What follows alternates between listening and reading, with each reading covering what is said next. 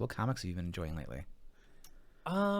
You know, this is again, I feel like a heretic. I feel so like unprepared on all three fronts. Even though I knew I was coming on comics, coffee, and metal, and I'm like, I'm a decaf, and I like prog punk.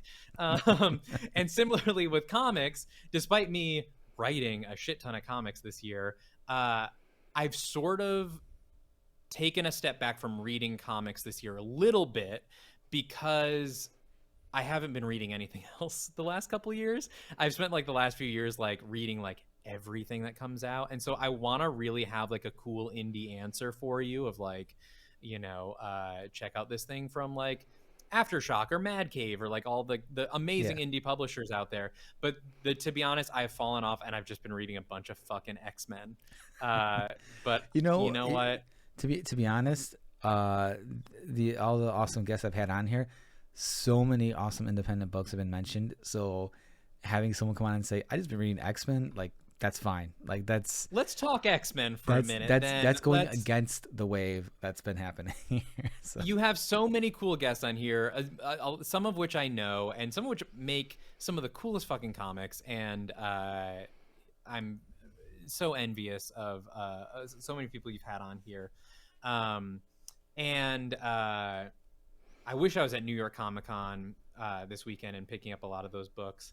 But this year, because I've been trying to read more novels, I'm writing a novel right now, which is partly why I wanted to go off of comics for a minute. I was like, I really need to be like doing some studying on like writing horror novels, and so I'm trying to like pack in as many as I can. And I'm also reading a lot of like research books about circuses and freak shows, which I'm sure we'll talk about why a little later.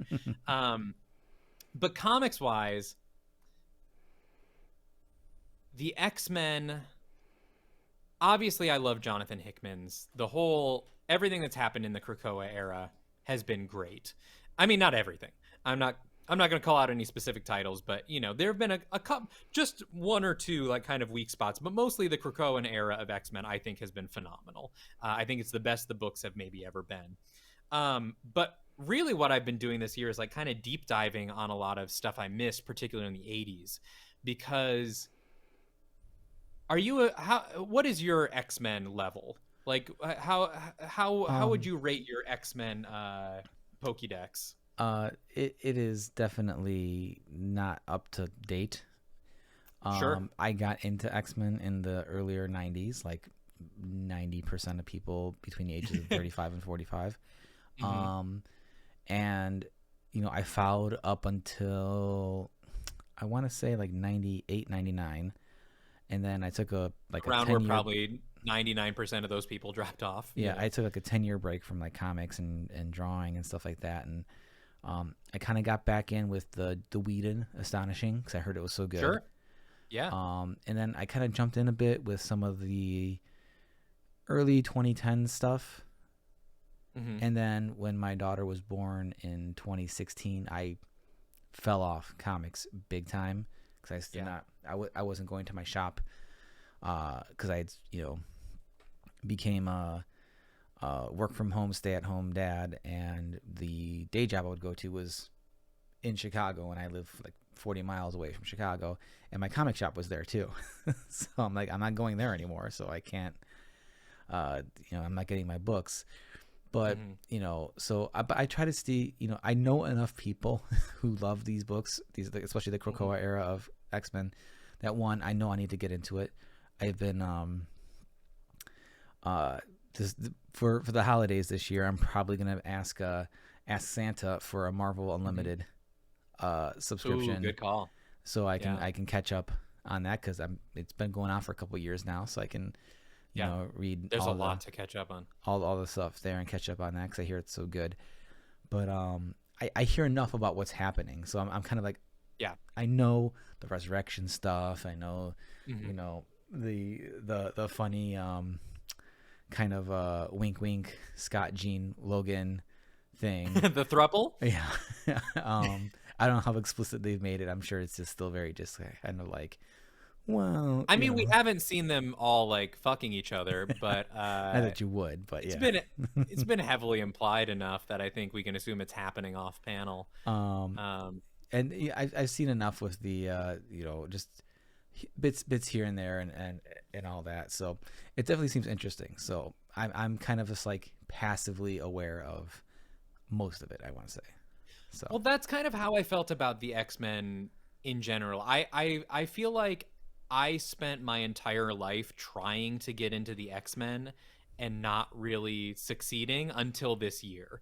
Cuz like so when I was a kid, obviously the X-Men animated series, yeah. I was like, "Oh, hell yeah. I love the X-Men now." Despite Mm-hmm. never having read a comic, I didn't even like really retain what was happening on the show. I was just like, "Ooh, they look cool. I like Wolverine," like Yeah. cuz I'm a child.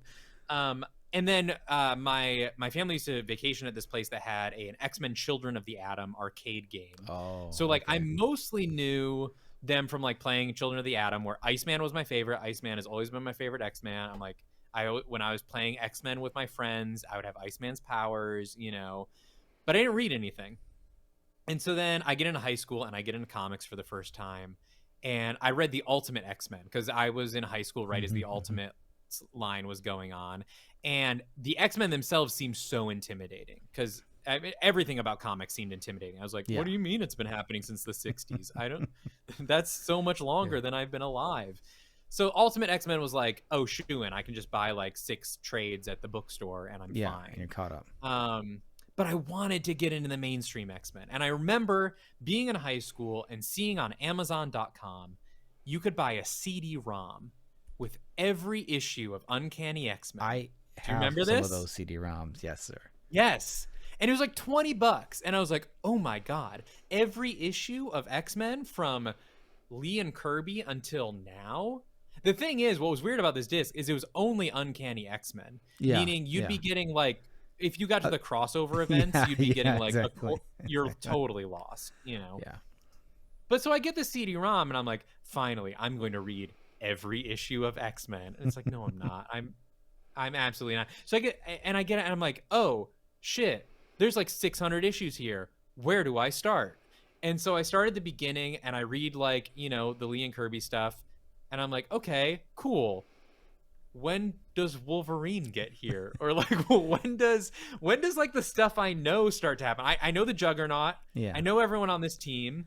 I know Magneto, but like where's the rest of it? Like because it A takes lot happened in that original series that just isn't touched on anymore, and it's just like, yeah. oh, And I had no conception of like the Claremont run. I yeah, didn't know about the eras of X-Men. I didn't know about Claremont. I didn't know about Grant Morrison. I didn't know. So then I go to like the modern stuff, and I'm like just diving into like 2001 X-Men. And I'm oh like, I god, don't. Now I really don't know what's going on. This is the Lee Kirby stuff was too little. There yeah, wasn't enough of what I recognized. Like it seemed too bare bones. This is way too much. I am in the deep end, and like there's an answer somewhere here in the middle and I don't know where to find it.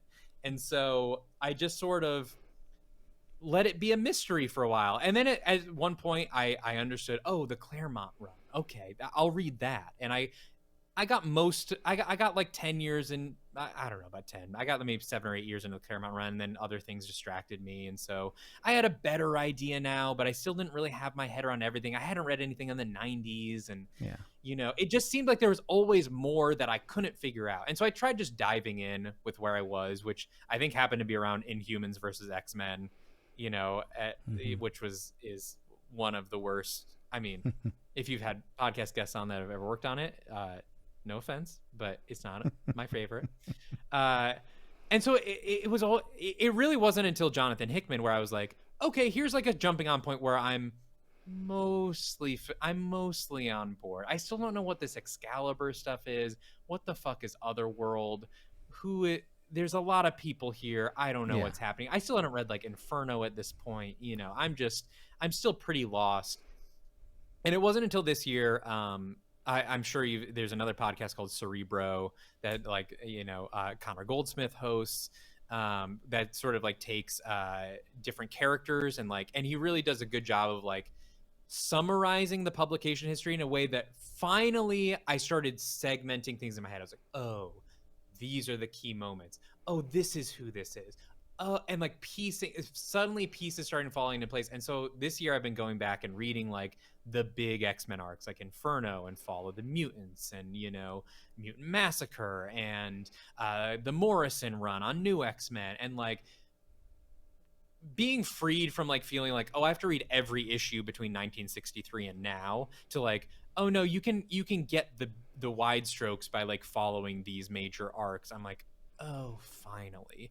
And so like this is the year I feel like I kind of cracked the X-Men, and now Yeah. I'm like, I think I'm an X-Men. I've been an X-Men fan my whole life, but now I feel like I'm an X-Men fan. Like now I feel like I like get it in a way that just seemed it's taken me 30 years, and that makes sense that it would take 30 years to feel like I have a rudimentary understanding of the X-Men, but that's basically where I am now. You, yeah. The minute you brought up those CD-ROMs, I'm like, yes, I have. I don't think I have Yeah. this. I don't think I have the 63 all the way up. I think I have like from like the 70. Like I have like a 20-year version. I have the Ultimate Interesting. X-Men version, but I also had some of the trades. Okay.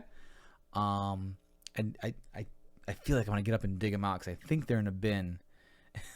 in a It's drawer also to the like right. I'm reading like this PDF on like my Windows 98 computer in my parents' bedroom because I'm a kid, and they have the computer room, and it's like not the best way to be reading comics. Like you're gonna get burned out on that pretty fast. When they first released Ultimate Spider-Man, they did it on like they had it on the Marvel website, and you could load each page or whatever and read, like I think it was like the first 6 issues. But this is still back, iPads didn't exist yet. in tablets the dial-up days, and things like that. So loading a page took a very long time for most people. Especially like an image, like a whole like detailed PDF image. Yeah, that's your whole afternoon. And I remember when I was going to college that they had the computer lab or whatever. So I would go there just because their internet was a bit faster. So I could go on, I could read whoever was like posting comics up, and then also for like music stuff, if someone was like posting like music clips or whatever and things like that. And yeah, so but hearing your journey with X-Men it feels to me it's reminiscent of your journey with coffee. You're like, I like this thing. That's true. I know I like this thing. I got to find my way in. Damn it, I'm gonna find a way to like it, even if it takes me 30 years. Yeah. And you know what? If you're listening to this and being like, hey, that sounds like a lot of work and very daunting, that's why you should stick to indie comics, kids. Don't get big two-pilled. Support the work of the creators on this podcast, because why spend 30 years getting into the X-Men with a very rocky publication history when you can dive into that little 5-issue mini, at your comic shop right now by Liana Congus or Mario Candelaria or whoever, and have a blast.